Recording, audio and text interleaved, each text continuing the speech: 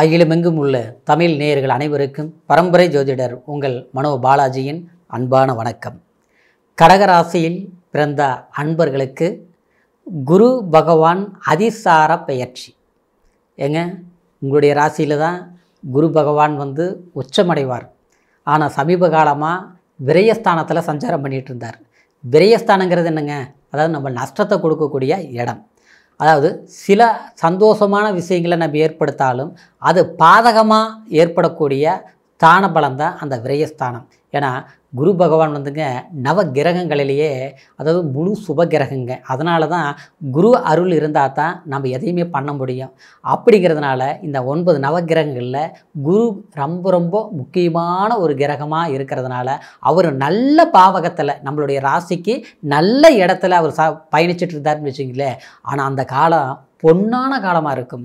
அதே பலவீனமான இடத்துல அவர் பயணிச்சுட்டு இருந்தார்னு வச்சுங்களேன், நம்மக்கிட்ட திறமை இருக்கும், அறிவு இருக்கும், நம்மக்கிட்ட எல்லா சக்தியும் இருக்கும்.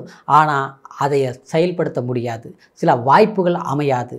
அதாவது பழமொழி சொல்லுவாங்க இல்லையா, அதாவது நம்மக்கிட்ட ஒரு பட்டமே இருந்தாலும் நமக்கு தகுதியே இருந்தாலும் ஆனால் அந்த தகுதியை மற்றவங்க கிட்ட கௌரவமாக நம்ம நடந்துக்க முடியாத ஒரு சில சூழ்நிலைகளில் உருவாகிறதுங்க. அந்த மாதிரிலாம் இருக்கிறதுக்கு காரணம் என்னென்னா, இந்த குரு பலவீனமாக இருக்கிற போது தான் அந்த மாதிரி ஒரு சூழ்நிலைகள் உண்டாகும். இயல்பாகவே கடகராசிக்காரர் அன்புக்கு கட்டுப்பட்டவங்க. பாசம்னா உங்களை பார்த்தா கண்டுக்கணுங்க. ஏன்னா நீங்கள் உங்களுக்கு எத்தனை வயசாக இருந்தாலுங்க நீங்கள் சிறு வயதிலிருந்தே கடினமான கஷ்டங்களை அனுபவித்து தான் ஒரு லெவலுக்கு நீங்கள் வந்திருப்பீங்க. ஆனால் சமீப காலமாக ஒரு 5 வருஷ காலத்தில் நீங்கள் கடுமையான கஷ்டங்களுக்கு ஆளாகி இருப்பீங்க. உங்களுடைய திறமைக்கு தான் இந்த வேலை கிடைச்சிருக்காது, கிடைச்ச வேலை நிலைச்சிருக்காது. சிலருக்கு படிப்புக்கு தகுந்த முயற்சிகள் எடுத்து அது பலன் இல்லாமல் போயிருக்கும். சில மாணவிகளுக்கு பார்த்தோம்னா நம்ம எதிர்பார்த்த மார்க்கு ஒரு விதமாக இருக்கும், ஆனால் கடைசியில் வந்த மார்க்கு குறைவாக இருந்திருக்கும். அதனால் வெக்ஸ் ஆகிருப்பீங்க. சரிங்களா? இப்படி பல சிக்கல்களை சந்திச்சிட்டு இருந்த உங்களுக்கு குரு பகவான் அதாவது அக்டோபர் மாதம் 18ஆம் தேதி 12ஆம் இடம் விரயஸ்தானத்திலிருந்து உங்களுடைய ராசிக்கு உச்சநிலை அடைய போகிறார். அற்புதமான காலம். டிசம்பர் அதாவது 5ஆம் தேதி வரைக்கும் இந்த 47 நாள் உங்களுடைய ராசியில் இருக்கக்கூடிய குரு அதாவது 5ஆம் பாவகமாக 5ஆம் இடத்தை பார்க்குறார். பூர்வ புண்ணிய ஸ்தானத்தை பார்க்குறாருங்க. பூர்வ புண்ணிய ஸ்தானங்கிறது நம்ம குலதெய்வத்தோட அருள் கிடைக்கணும்னால கூட அந்த 5ஆம் இடம் நல்லா இருக்கணும். அப்போ அந்த இடத்த குரு பார்க்குறதுனால நீங்கள் புனிதமாக்கப்படுறீங்க. ஏன்னா கடந்த காலத்தில் பார்த்தோம்னா 2ஆம் இடத்துல கேது சஞ்சாரம் பண்ணிகிட்டு இருந்த ஒரு சூழ்நிலையில் உங்களுக்கு குடும்பத்தில் சில சிக்கல்கள் வந்திருக்கும். உங்களுடைய வார்த்தையே உங்களுக்கு பகையாக இருந்திருக்கும். யாரை நம்புனீங்களோ அந்த இடத்துல ஏமாற்றங்களை சந்திச்சிருப்பீங்க. குறிப்பாக சொல்ல போனால் நம்ம சம்பாரிச்சது இவ்வளோ நீங்கள் கணக்கு போட்டிங்கன்னா பெரிய அமௌண்ட்டாக தெரியும். மிச்சம் என்ன இருக்குதுன்னு பார்த்தோம்னா ஒத்த வயசாக இல்லைங்க, நான் இன்றைக்கி கடன்காரனாக இருக்கிறேன் அப்படிங்கிற ஒரு சூழ்நிலை வந்திருக்கும். இல்லையா உங்களுடைய பணம் இருந்திருந்தாலும் அந்த பணம் அடுத்தவங்ககிட்ட தான் சிக்கியிருக்குமே தவிர கண்டிப்பாக உங்கள்கிட்ட இருந்திருக்காதுங்க. இந்த மாதிரி சிலருக்கெல்லாம் பார்த்தோம்னா வீட்டில் பார்த்தோம்னா மருத்துவ செலவுங்க, ஹாஸ்பிட்டல் தேவையில்லாத ஒரு வைத்தியம் பார்த்துட்டே இருக்கிற மாதிரி இருக்குதுங்க. ஒன்று தனக்கு உடம்பு சரியில்லை, இல்லையா பார்த்தோம்னா வீட்டில் அம்மாவுக்கு சரியில்லை, இல்லை அப்பாவுக்கு சரியில்லை, ஆரம்பத்தில் மொத்தத்தில் ஒரு போராட்டமாக இருக்குதுங்க. இதெல்லாம் நல்லா இருந்துன்னு வச்சுங்களேன், சம்மந்தம் இல்லாமல் வீட்டில் யாராவது கடன் வாங்கி வச்சுருப்பாங்க. அந்த கடனை கட்டுறதுக்கு நீங்கள் கஷ்டப்பட்டு சமாளிச்சுட்டு இருக்கக்கூடிய ஒரு சூழ்நிலைகளாக இருக்குது. இப்படி எல்லா போராட்டங்களையும் கடந்து வந்துட்டு இருக்கிறீங்க. ஆனால் அஷ்டமத்தை முடிஞ்சு போச்சுங்கிறாங்க. ஆனால் பார்த்தா முடிஞ்சு போச்சா? எங்கே முடிஞ்சது? பிரச்சனைகள் அதிகரிச்சுட்டு தான் இருக்குது, முடிஞ்சபாடும் இல்லை அப்படின்னு. அதுக்கு என்ன காரணம்னா அஷ்டம சனி முடிஞ்சாலும் அதாவது நமக்கு கெட்டது போனாலும் நல்ல நேரம் வரும் இல்லைங்களா? அப்போ நல்ல வாய்ப்புகளுங்கிறது நமக்கு இந்த மாதிரி குரு ஏதோ சுபகிரகங்களுடைய அருள் கிடைச்சாதான். அதுதான் நமக்கு மொத்தமாக அவுட் ஆகி 12ஆம் இடத்துல உட்காந்துருக்குது குரு. அப்போ என்ன இருக்கு? வாய்ப்புகள் தெரியும், கண்ணுக்கு தெரியும், ஆனால் அதை சரியாக பயன்படுத்த முடியாது. ஒருத்தர் ஒரு வேலையே கொடுக்குறாரு, அந்த இடத்துல நல்லா வேலை செய்கிறதுக்கு முடியாது. சொந்தமாக ஒரு தொழில் பண்ணுறோம்னு வச்சுங்களேன், ஒரு வார்த்தைக்கு சொல்கிறேன், நம்ம வெளிநாடு போயிருக்கிறோம், அங்கே போய் நம்ம இங்கே எல்லா வேலையெல்லாம் செஞ்சு அங்கே ஒரு டிரான்ஸ்போர்ட் சம்மந்தப்பட்டதோ இல்லையா வர்த்தகம் சம்மந்தப்பட்டதோ அங்கே போய் ஒரு சொந்தமாக வேலை செய்கிறது, அல்லது நம்மளே ஒரு கம்பெனிலேயோ கூட வேலை செஞ்சுட்டு இருக்கிறது. எது செஞ்சாலும் வேலை தானே. அதில் பார்த்தோம்னா அதாவது நல்லா போயிட்டு இருந்து பார்த்தோம்னா திடீர்னு ஒரு பிரச்சனைகள் கொடுக்கறது. இல்லை ஒரு முதலீடு போட்டு ஒரு தொழில் ஆரம்பித்தோம், சைடு பிஸ்னஸ், கடைசியில் பார்த்தா ஆஹான்னாங்க ஓஹோனாங்க, அடுத்தவங்களை நம்பி போட்டு எல்லாம் இருந்தது பூரா போயிடுச்சுங்க. நான் இப்போ புதுசாக சமாளிக்கிற மாட்டு இருக்குது. இந்த மாதிரி அந்த விரயஸ்தானத்தில் இருக்கிற போது அந்த விரயங்களை கண்டிப்பாக ஏற்படுத்தும். பாக்கியங்கள் கண்ணுக்கு தெரியும், ஆனால் கை கெட்டாது. ஆனால் நாம் அடுத்தவங்களுக்கு ஒரு ஐடியா கொடுத்தோம்னு வச்சுங்களேன், சூப்பர் அற்புதமாக இருக்குது அண்ணன், நீங்கள் மட்டும் ஒரு ஐடியா சொல்லுங்கள், அம்மா நீங்கள் மட்டும் ஒரு ஐடியா சொல்லுங்கள், நீங்கள் சொல்கிறது உங்கள் மகராசி கைராசி அற்புதமாக இருக்குதுன்ட்டு புகழவாங்க. அது உண்மை. கடகராசிக்கிற அதுதான் தனராசி, நீர் தத்துவ ராசிங்க, ஜலராசின்னு சொல்லுவோம். ஏன்னா உங்களோட பொறுத்த வரைக்கும் கள்ளங்காவடம் இல்லாத ஒரு குழந்தைத்தனமான ராசி. ஏன்னா நீங்கள் ஒருத்தர் மேலே அன்பு வச்சுட்டிங்கன்னா டோட்டலாக அவுட் ஆயிடுவீங்க, அப்படியே அவங்ககிட்டே மூழ்கிடுவீங்க. ஆனால் அதை வச்சு அவங்க பயன்படுத்திக்குவாங்க. உங்களுக்கு எதிரி யாருங்கிறீங்க? உண்மையிலே சொல்ல போனால் நீங்கள் யாரை தூக்கி விடுறீங்களோ அவங்களே ஒரு கட்டத்தில் எதிரியை வந்து நிற்பாங்க. ஏன்னா உங்களுடைய ராசி அப்படி தான். ஏன்னா குரு பார்த்தோம்னா உங்களுடைய ராசிக்கு 6ஆம் அதிபதி, சரிங்களா? அது மட்டும் இல்லை, உங்களுடைய ராசிக்கு பாக்யாதிபதியும் அந்த குரு தான்.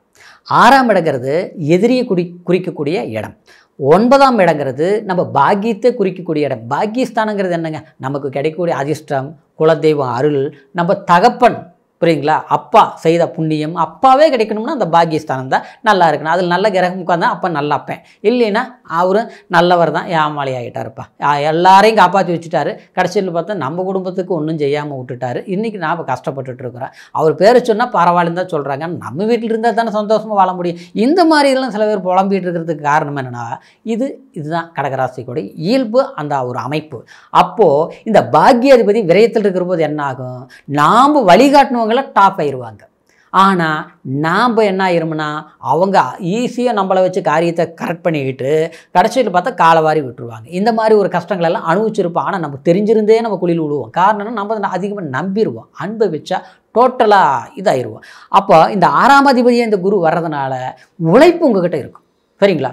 உழைப்பு, தன்னம்பிக்கை, விடாமுயற்சி. ஒரு விஷயத்தை நினச்சிட்டிங்கன்னா தூங்க மாட்டீங்களே, கண்டிப்பாக தூங்க மாட்டேங்க, இது இப்படி பண்ணணும் அப்படி பண்ணணும், எல்லாம் அப்படியெல்லாம் ரைட்டு தான். என்ன சமீப காலமாக சிக்கலாகவே போயிட்டு இருக்குது, அது ஏன் இப்படி அப்படிங்கிற குழப்பம் வந்தது பார்த்தீங்களா? அது 12ஆம் இடத்துல இருந்த குரு தாங்க அதுக்கு காரணம். அப்போது இந்த 6ஆம் இடத்த குரு அது சம்மந்தம் இருக்கிறதுனால தான் நாம் யாருக்காவது நல்லது பண்ணால் அவன் நம்மளை எதிரியாக வர்றது, சரிங்களா, உருவாகிறது, அவனால் நம்ம கடன் படுறது, நஷ்டப்படுறது. அதாவது இது சிலருக்கு பார்த்தோம்னா கடகராசிக்காரரு குடும்பத்துக்குள்ளேயே நடக்கும். அருமையான பெண், மகாராசி அம்சம், கடகராசி பெண்ணு, ஆனால் பேர்பட்டவங்க கல்யாணம் பண்ண அண்ணிலிருந்து நிம்மதி போயிடுச்சு. ஏன் அவர் வேலைக்கு போக மாட்டேங்கிறார்? நல்லா வேலைக்கு போயிட்டு இருந்தால் பார்த்தோம்னா இன்றைக்கி சொல் பேச்சு கேட்க மாட்டேங்கிறார். நல்ல மனசுன்னு தான் ஏட்டிக்கு போட்டியாக இருக்குது, யாரோ சொல்கிறது கேட்டு இப்படியெல்லாம் போகிறதுக்கு காரணம் அது தசாபுத்தி நல்லா இருந்ததுன்னா எல்லாருக்கும் இந்த பிரச்சனை இல்லைங்க. தசாபுத்தி கொஞ்சம் பலவீனமாக இருக்கிற போது இந்த மாதிரி பிரச்சனைகளை இப்போ சமீபம் சந்திச்சுட்டு இருப்பீங்க. அந்த காலம் மாறக்கூடிய நேரம் இந்த அக்டோபர் மாதம் 18ஆம் தேதி. கவலையே விடுங்க, கண்ணீர் வேண்டாம் கண்டிப்பாக.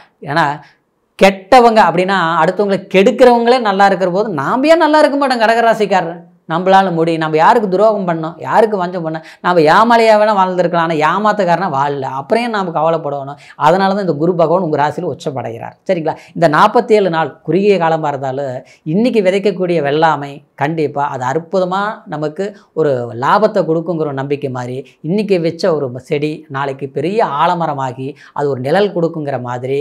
அதாவது இந்த குறுகிய காலமாக இருந்தாலும் இன்றைக்கி எடுக்கக்கூடிய முயற்சி உங்களுடைய வாழ்க்கையில் குடும்ப வாழ்க்கை, செல்வாக்கு, திருமணம் ஆகாமல் இருக்கக்கூடியவங்களுக்கு திருமண பாக்கியம், அதே மாதிரி டைவர்ஸ் சில குழப்பங்கள் இருக்கக்கூடியவங்களுக்கு அதுக்கு ஒரு தீர்வு, மறு வாழ்க்கை அமைக்கணுங்கிறவங்களுக்கு ஒரு புதிய வாழ்க்கை. நம்மளால் முடியுமா, நம்மளால் சாதிக்க முடியுமா, கடவுள் அந்த பாக்கியம் கொடுப்பாரு அப்படின்ட்டு வாழ்க்கையில் எது வேணாலும் இழக்கலாங்க. வாழ்க்கையில் நிம்மதி இழக்கக்கூடாதுங்க. அந்த நிம்மதிகள் கண்டிப்பாக உங்களுக்கு வந்து சேரக்கூடிய ஒரு காலமாக அமையும் அப்படிங்கிற ஒரு அற்புதமான இந்த ஒரு பயிற்சியாக எடுத்து நீங்கள் இந்த நேரத்தில் சரியாக பயன்படுத்துங்க.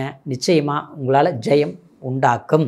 இப்போ சொன்னது கோச்சார பலன் அப்படிங்கிறதுனால உங்களுடைய பிறப்பு ஜனன ஜாதகத்தையும் ஒரு முறை கண்டிப்பாக நீங்கள் பார்த்துக்குங்க. எந்த தேசத்தில் பிறந்திருந்தாலும் ஃபோன் கால் மூலியமாக உங்களுடைய பலன்களை ஜாதக ரீதியில் என்ன தசாபுத்தி நடக்கிறதெல்லாம் நீங்கள் தெரிஞ்சுக்கணுங்க, சரிங்களா?